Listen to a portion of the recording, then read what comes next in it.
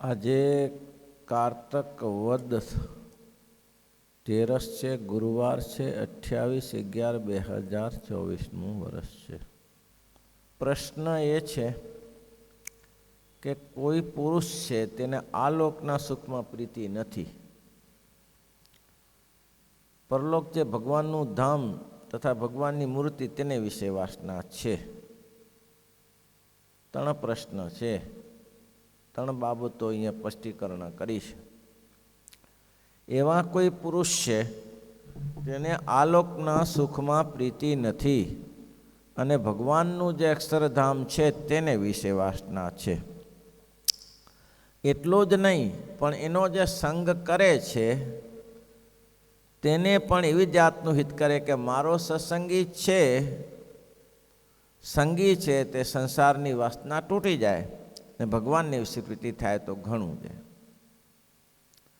પોતે તો કરે છે, પણ જે પોતાની સંગી છે તે પોતાના સમાગમમાં આવ્યો છે તેને પણ આ જ એકડો ભણાવે છે કે આ જગતનું સુખ સારું નથી, જગતનું સુખ નાશવંત છે, મિથ્યા છે, માટે ભગવાનમાં પ્રીતિ કરો. અને જેટલું કંઈ જતન કરે તે દેહને મૂકીને ભગવાનના ધામમાં ગયા કેણે સુખ આપે તેવું જ કરે, પણ દેહના સુખને અર્થે તો રંતી માત્ર કરે નહીં. આ 3 છે. એક તો આ લોકમાં કોઈ એવા પુરુષ છે જેને આ લોકમાં પ્રીતિ નથી, પરલોક જે ભગવાનનું ધામ તેમાં વાસના છે. બીજી બાબત છે કે પોતાનો સંગી છે તેને પણ આ લોકના સુખમાંથી વાસના તોડાવી અને ભગવાનના, કારણ કે એમ સમજે છે કે એને ભગવાનમાં પ્રીતિ થાય તો સારું. અને જેટલું જતન કરે છે એટલું જતન પોતાના દેહને અર્થે નહીં, ભગવાનના ધામમાં ગયા કેણે સુખ મળે તેના અર્થે કરે છે, પોતાના દેહના સુખને માટે કરતું નથી. એનું કારણ એ છે કે એને સમજાઈ ગયું છે કે આ ઝેર છે. દૂધપાક હોય, દૂધપાકને માલપુઆ સરસ બનાવ્યા હોય, સરસ મજાનું ભોજન હોય, પણ માનો કે એમાં સાપની લાર પડી ગઈ હોય તો પીવા કામ લાગે કે ના લાગે? તો દેખાવામાં તો કંઈ ફેર પડતો નથી. દેખાવામાં ફેર પડે છે? એવું ને એવું દૂધ દેખાય, દૂધ જેવું દૂધ દેખાય છે, દૂધ જેવું દૂધ દેખાય છે, દેખાવામાં ફેર પડતો નથી. તેમ છતાં અંદરથી સમજે છે કે આ ઝેર છે, સાપની લાર પડી ગયેલી છે, સાપે બોટેલું છે, આનાથી મૃત્યુ થાય. આવું જો જ્ઞાન થઈ જાય તો દૂધ ના પીવે. કોઈ પણ પદાર્થમાં સાપનું ઝેર પડ્યું હોય તો દૂધ ના પીવે. કોઈ પણ પદાર્થમાં ઝેરીલું કોઈ માણસ ખાતું નથી, એને ખબર છે કે આની પાછળ મરણ નક્કી છે, એવું સમજે છે. તેમ આ પણ એવા સંત છે, એમ સમજે છે કે જેટલું સંસારમાં પ્રીતિ કરશું એટલા હેરાન થવાના છીએ, એમાં લાભ નથી કંઈ. આવું એને પ્રીતિ છે. સંસારના સુખથી વિરક્ત થવું એનો ગુણધર્મ છે. અને સ્વામી લખે છે, રે શ્યામ તમે સાચું નાણું, રે શ્યામ તમે બીજું સર્વે દુઃખદાયક જાણું, બીજું સર્વે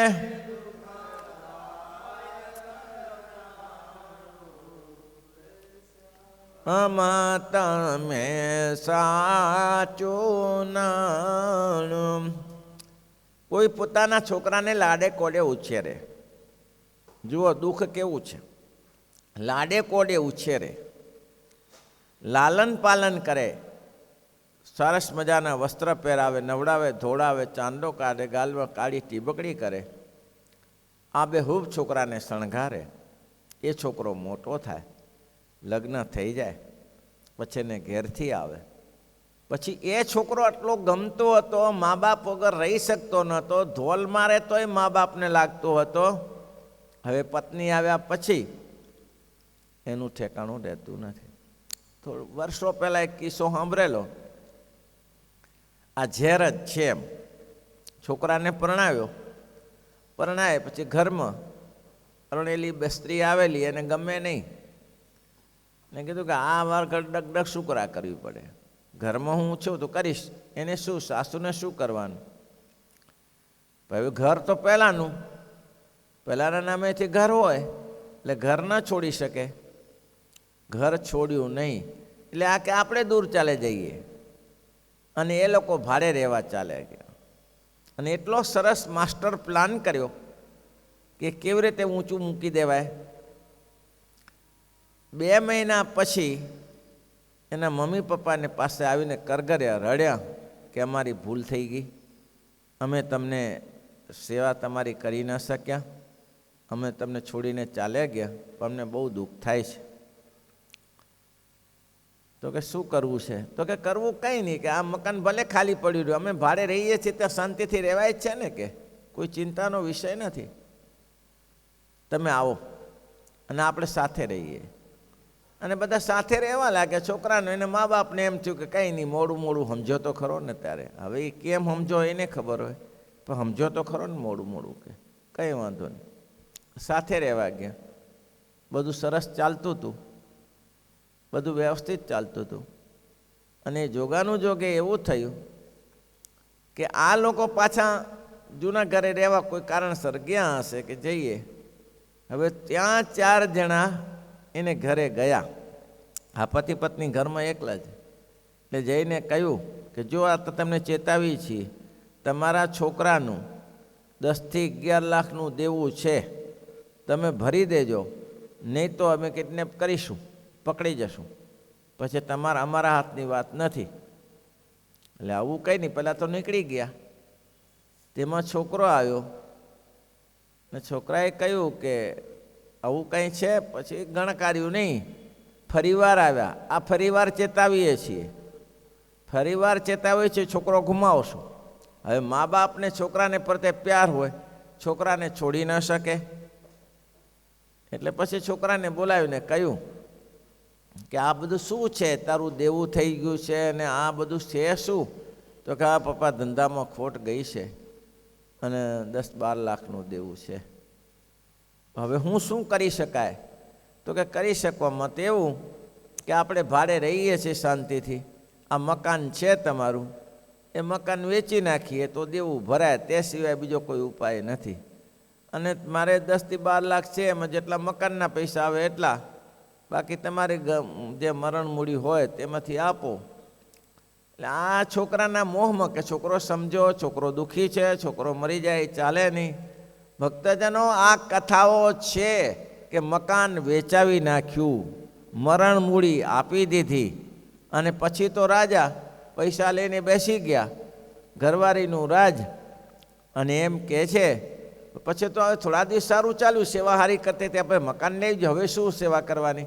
એટલે સેવા કરે નહીં, ખાવાનું આપે નહીં, પાણી બાણી પાય નહીં. કે કેમ આવા કેમ કરો છો? તો કે એવું જ થાય, એને એવું જ થશે.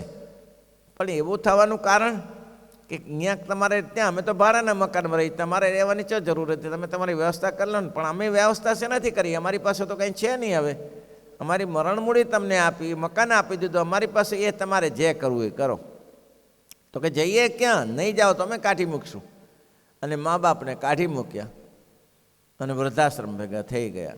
બોલો, આ સુખદાયક છે? શરૂઆતમાં તો કેવું સુખ હતું? છોકરો જન્મ્યો ત્યારે સાકર વેચાયું, પેંડા વેચાયા, બરફી વેચાયું, બધું જ કર્યું. પાછળથી શું રે શ્યામ? જે પ્રથમમાં મા સુખ કાવે તેનાથી દુઃખદાયક કાવે. એટલે સ્વામી કે બ્રહ્માથી કીટ લાગી જોયું, જૂઠા સુખ જાણીને વગોયું, મુક્તાનંદ કે મન તમ, બધે દુઃખ જ છે. આ સુખનું સ્થાન નથી. આ વચનામૃત કે આવું સમજાઈ જાય કે આ જગતમાં જે જે પદાર્થ છે એ દુઃખદાયી છે, તો સહેજે સહેજે જગતના પદાર્થમાં પ્રીતિ ના થાય અને ભગવાનમાં પ્રીતિ થાય. અને એટલું જ નહીં, પોતાની પાસે કોઈ બેસે તેને એ જ બતાવે કે આ ના કરાય, આ જ કરાય. આ મહત્ત્વનું કામ છે. કોઈ જો માણસ કરી લે તો, અને ના કરી લે તો ચક્ર જન્મ મરણના ફેરામાંથી કોઈ છૂટવાનો નથી. સપના જેવું છે કે નહીં? રાત્રે સપનું આવે છે, અત્યારે એમાં મોજ આવે છે. રાત્રે તમને કોઈ સપનું આવી ગયું એની મોજ અત્યારે આવે છે? કેમ નથી આવતી? તો સપનામાં તો મોજ આવતી હતી ને, અત્યારે મોજ નથી આવતી. એમ આ એક મોટું સપનું છે. અત્યારે મોજ આવે છે, દેહ છૂટ્યા પછી મોજ નહીં આવે. જનક રાજાનું દ્રષ્ટાંત સરસ આપ્યું. જનક રાજા એકવાર ઊંઘતા હતા અને સપનું આવ્યું. સપનામાં સામેના રાજાએ ચડાઈ કરી અને આ હારી ગયો અને રાજ્ય બધું લઈ લીધું.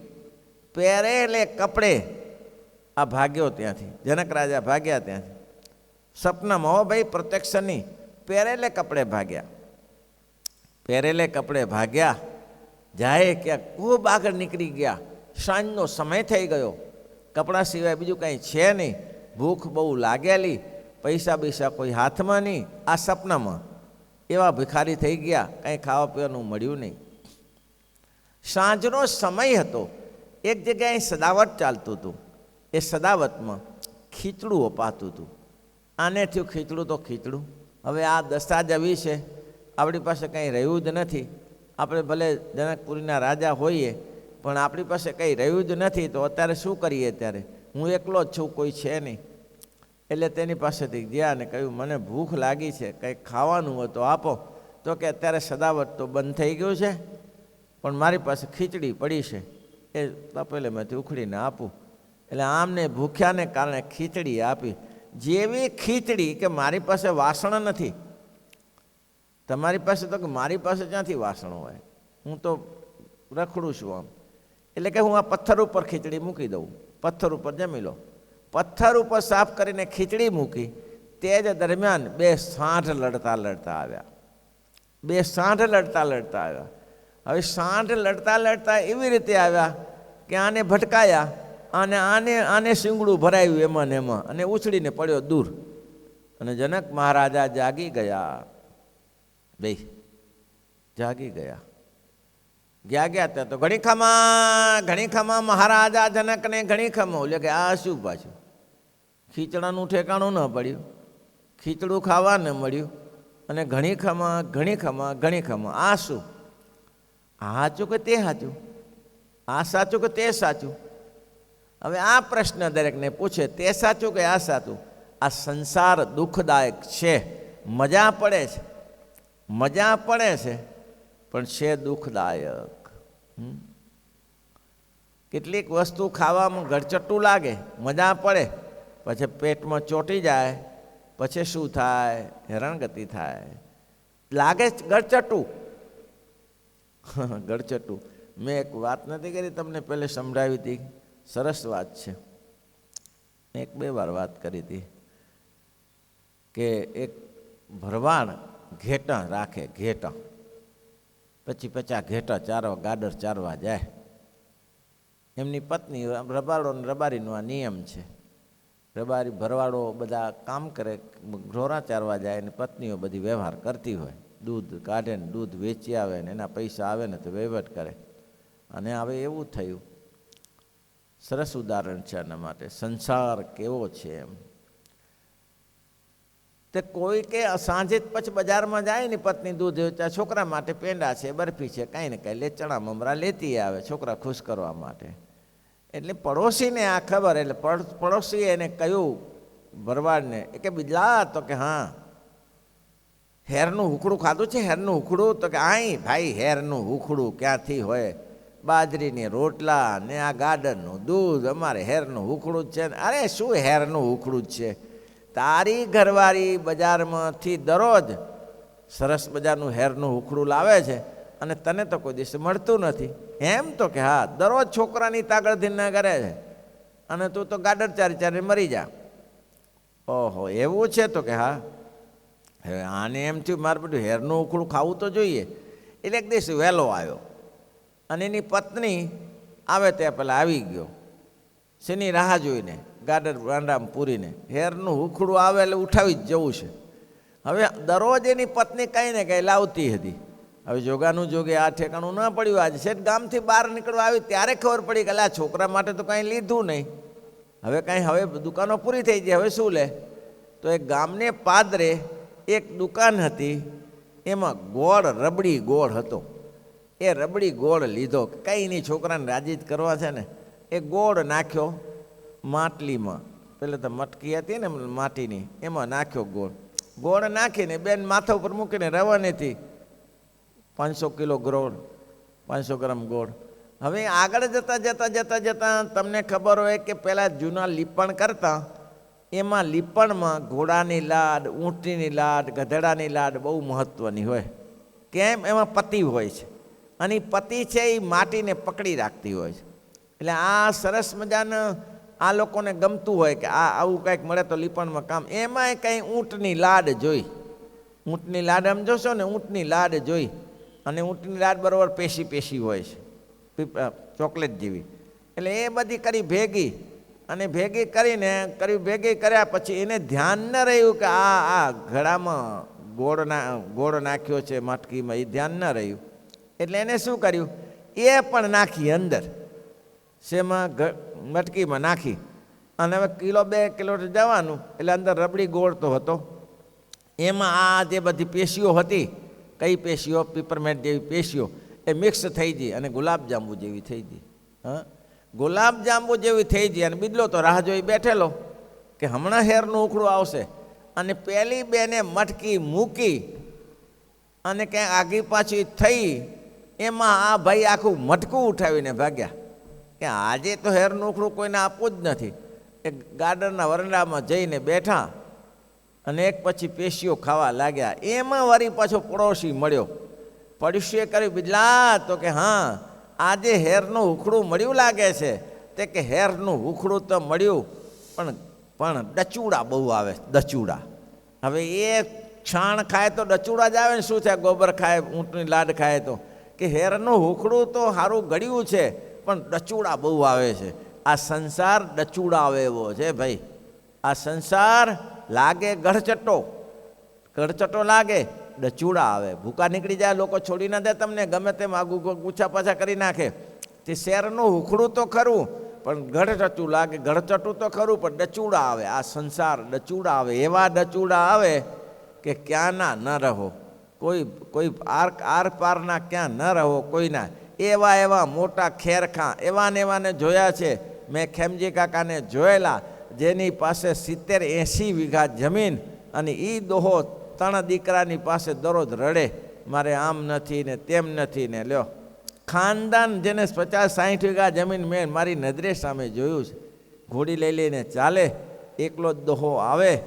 નાના છોકરાને ત્યારે કંઈ અનુકૂળ નહીં આવતું, એટલે મોટા છોકરાની પાસે આવીને રોવે દરરોજ.